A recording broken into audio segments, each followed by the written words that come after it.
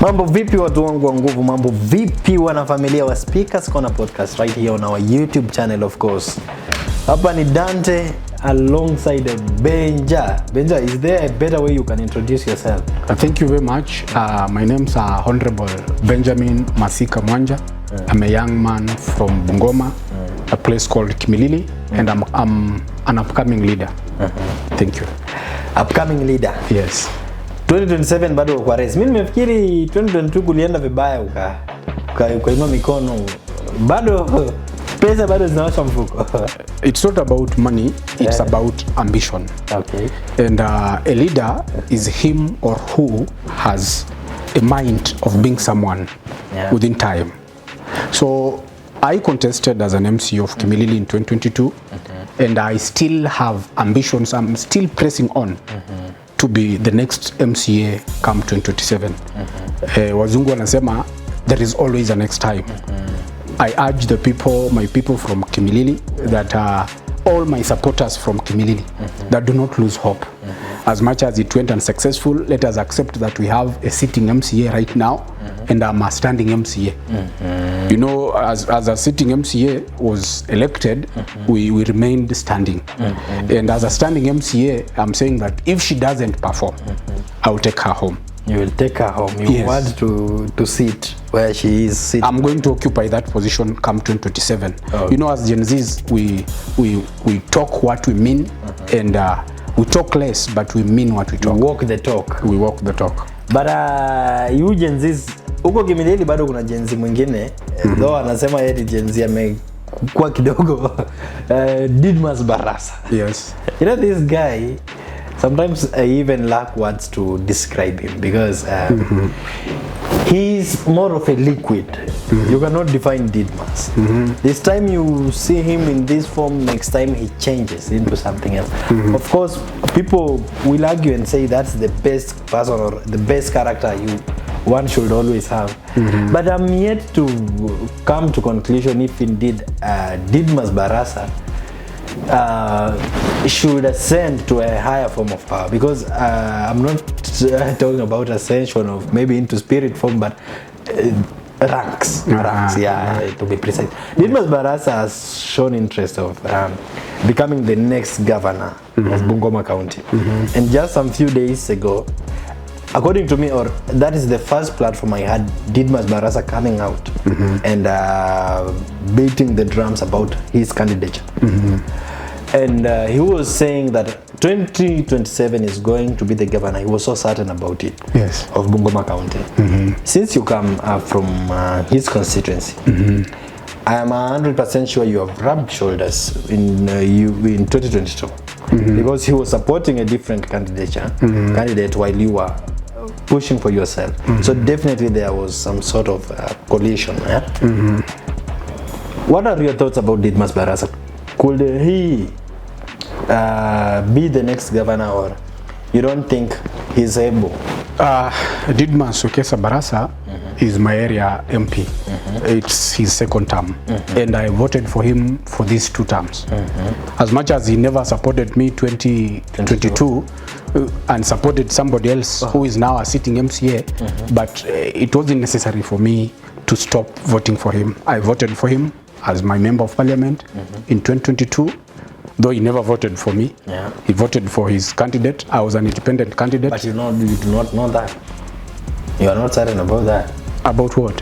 Whom he voted for? No, he voted for his. Because for his. No, you don't know that, because sometimes they say my vote, my secret, and he supported we him. Had a case, you know, we have had a case. Yes. Where I remember, I don't want to mention, but it said he's the governor, but some said that even his deputy did not vote for him. So there could be that possibilities that I could be supporting this candidate, but I see my visions rely in a different leader.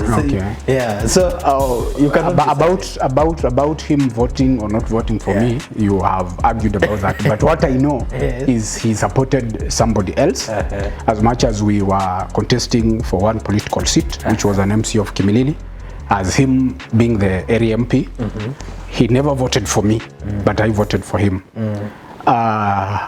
All through the way until right now, going forward, I have declared that I will be back on the race of an MC of Kimilili, and I have my opinions over the incoming MP and the outgoing MP. Because Didmus Wekesa Baraza has decided and declared clearly that he is contesting for a governor of Bungoma. My opinion over this is looking at his track record and the developments that he has brought in Kimilili, the standard that he has taken Kimilili as a constituency all the way from those eras of try and error of Kinamwangali and so on. Didmus Wekesa Baraza, I think, from where I sit, I support him to be the governor of Bungoma. You support him? And I'm not supporting him because he's my area MP or I know him or he's a friend. Actually, Didmus Wekesa Baraza might not even know me. He might not even have any interest of supporting me anywhere. But based on his developments that he has done, the level and the standard that he has brought Kimilili until right now, going forward, Didmus Wekesa Baraza is fit to be a governor of Bungoma. This is because, you know, I am against, and I will always be against the issue of recycling of leaders. You know, I am encouraging my fellow countrymen or countmen that let us elect people we know. Let us elect people we are aware of their track record. And mind you, 2027, Kimilili constituency seat is vacant. We have people going around campaigning for the seat of Kimilili as Kimilili constituency because Didmus has declared that he's going for governor. But I want to tell you today that based on the transformation that Didmus has done in Kimilili, he might stand irreplaceable. Yeah, he might stand irreplaceable. And I want to encourage and urge my people of Kimilili constituency that let us be very wise, be very choosy on the people we are going to elect. Because it is a term of 5 years. And replacing Didmus Wekesa Baraza and what he has done, it might be very difficult. They are just two people. This is Brian Haemba and Honorable Wandili, who I think they are fit. Among them, somebody might occupy and bring change. You are talking about track record. Track and record. You are mentioning Brian. Yes. And the other one, Wandili. Or what? Yeah, Wandili. What's their track record? Because I don't think Brian. He is an advocate, right? I was supporting Didmus Wekesa Baraza for a bid for governor based on his track record, what he has done. Yeah. That was But again, here it's like you are having double standards. You supporting this one on basis of the track record. Yes. And again, you are going to show you or you want again to align with another person, or you want to show you know the people I've mentioned, the two people I've mentioned, excluding others, because it's clear that when it's clear in the law. There is an old adage of law that says that when you specify one, you exclude others. Now it is clear that the seat of Kimilili constituency is going to be vacant come 2027, and those who are going to be occupants of that seat, among them, those I've mentioned were the rivals of Didmus Wekesa Baraza in 2022. I looked at them, we worked together, because I sidelined no one with an intention of wanting to know. Wanting to know, because I am a vision-bearing leader. I calculate. That is why I'm saying, if the people of Kimilili are not very keen, Didmus Wekesa Baraza as an MP of Kimilili right now, going forward, might be replaceable with the kind of decision they will make come 2027. But there are two men that I've mentioned. I've mentioned them because they are people I know. We worked with them in 2022. I saw what they did. I saw the kind of project they were trying to initiate across the constituency. Though a smart guy like Didmus Wekesa Baraza beat him. Aliwashinda because of he actually won. based on what he had done come all the way from 2017. Okay. Yeah. And now my question is this. You've mentioned something to do with that track record, yeah? Yes. We also have Wycliffe Wangamati in Bungoma County, who was shown a lot of interest of him coming back to this seat. Yes, you've said you don't advocate for recycling of leaders, and I want to believe he's one of the people you were mentioning through your sentiments. Wycliffe Wangamati, he's back, you know. Yes. He's on the race. Yes. He also has some track record. People applaud him for bringing the sponsorships. It was something to do with Scholarships. funding, scholarships. People up to date.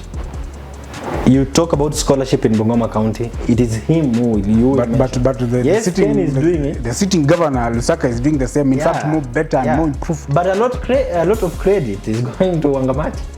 Okay, about Wangamati being a contestant of 2027 on the seat of governor, and others, because it's not going to be Didmus Baraza alone. Politics is a competition of ideas, and politics, to be called politics, you should have opponents. So I know that it is very clear that in 2027 Didmus Baraza will have fellow opponents. You've mentioned about Wycliffe Wangamati. I am against recycling of leaders. This is my opinion. That he was given an opportunity to serve after he defeated Governor Lusaka in 2017 and ascended to power as the governor of Bungoma. But later on, with his best, as was mentioned, of being a good management and so on, he was voted out, and people elected Governor Lusaka back in the seat. So meaning that they had no trust in him. They gave him the mandate to perform, but he never delivered. That is why he was voted out. And the reason as to why I'm saying I don't advocate for recycling of leaders, it is literally simple. That these positions are not meant for two people. This county is large, and these positions are public seats. Kimilili, Bungoma as a county has a lot of voters in Bungoma. And this position of a governor should not only be revolved around by two people. There was this issue of, I want to talk about against this issue of people thinking that because this position of a governor should be led by people, I don't know, from this was a manager from where, this was so from where, and so on. I'm against that. Let us support our young leaders who have track records. For example, somebody like Didmus Baraza, he has been an MP of Kimilili within Bungoma. And it's okay. I get you and I get that, but now my question is, what are the possibilities of him? Because again, you know, when it comes to politics, we tend to look on numbers. Numbers don't lie, you know. Of course, lately, Didmus has been associating with himself with Wetangula. Yes. We all know what Wetangula does. Yes. That name, Papa Aroma, did not just come on its own. It was out of his actions. Yes. On installing leaders and people following whatever he says. Yes. So this time it seems like he will be holding Didmus. But on the other hand, we have Wangamati, who's constantly campaigning. He's on ground, especially town area or Kandui constituency of Bungoma County. He's so vocal, he's so vibrant, and people really want him back. Do you really think when it comes to numbers, Didmus will beat this guy? Yeah, it's obvious. In terms of numbers, Kimilili constituency is locked, Tongareni constituency is locked, Kabuchai is locked, Kandui is locked. As much as you're saying Wangamati comes from here. Yeah, Kandui. Webuye East, Webuye West. Didmus Baraza is going to clinch the position of a governor of Bungoma. But you know, at least Wangamati has been tested, and of course, you were talking about people seeing maybe he's not competent enough. That's why they voted. That is the reason as to why they voted out Wangamati. But if we go by that, then our beloved leader Didmus Baraza, he also has his own faults. He has some scandals, of course, being... Wangamati has scandals. Wangamati has scandals. Lusaka had scandals. That means the ground is plain. People will disregard if... Which you know, as human beings, we are prone to mistake and errors. There was a time when I was here, I told you that as human beings, and more specifically as leaders, we are not God. We are prone to mistake and errors. But apart from those small elements of in terms of mistakes that somebody does, unajua mtu anaweza kuwa na ubaya wake, but pia ana uzuri wake. And it's not because that we made mistakes or we make mistakes, we cannot do something positive. That is why politics has a lot of allegations, has a lot of rumors and so on. But those who feed in rumors end up in misery. Yeah. That is why, apart from those small things that I don't want to talk about, that we want to allege there is this and this and this, it is obvious and evident enough that when we strictly look at and scrutinize the gubernatorial seat of Bungoma, the only eligible candidate is Didmus Baraza. In terms of numbers, in terms of track record, and in terms of what us as youths, as a revolution, as Gen Zs, we are advocating for a change and not recycling of leaders. Yes. And so you are here and I know urging and I know that Didmus Baraza will and is going to be supported by all the Gen Zs in Bungoma, and I really ask for that. Na juzi tukipiga watu viboko tukisalimia watu, nadhani is one of the people wenye pia alisalimiwa kidogo. Those are just allegations. Those were just but allegations. He made a mistake. A video. He made a mistake. His car. No, those are just I mean video. Gen Z wameamua kusalimia mbunga. No. It never happened like that. I was there, I saw, and actually Mheshimiwa, if you listen to me or if you are listening to me, I know people make mistakes. He made mistakes or he makes mistakes, but it's through mistakes that people learn. Are you getting me? I get you. He's not the only one who made mistakes. A lot of MPs made mistakes, but those who are clever know that they made mistakes and they have to change. We want these people to perform their elected functions, not because of their selfish interest, but because of the interest of our people. Okay. Looking at the track record of what Didmus has done, and those small mistakes that we are saying, I cannot fear to correct Mheshimiwa Didmus Baraza. But kindly listen to your people, because we don't want to lose focus. We want you to be the next governor of Bungoma. And of course, no one is pure, no one is perfect. People have mistakes, but we cannot rely on small mistakes that we want them to be setbacks of what we are looking for as a generation. Okay. Yes. We wait and see. We are here. Of course, we will be doing videos about how things advance, what his next moves. We will scrutinize him. And I'll remember, while I'll be scrutinizing him, I'll remember to bring you on board. Yeah, I will come, I will be there. I will come, I will be there. And I'm telling you, I will not stop advocating for Didmus Baraza as a governor of Bungoma. I will not stop that, because he's vocal, he's on the ground, he's campaigning. At the same time, he's doing what? He's working for our people in Kimilili. Okay. And looking forward, he has masses. Okay. And he will clinch for that seat. I have beliefs, I have hope in Didmus Baraza as governor of Bungoma come 2027. We wait and see if indeed time will vindicate you. Yeah, but sure. Hopefully it will. Because I'm also rallying behind any leader who wants to bring change or who seems to have a good motive for us. So guys, this is Speaker's Corner podcast right here on our YouTube channel, of course. By me, your host, presenter Dante, alongside our best, he likes to call himself a leader, but not a politician. Of course, with our leader, Benjamin. And yeah, just stay tuned for our next episode, because it's going to be bigger and better. Until next time, goodbye. Goodbye.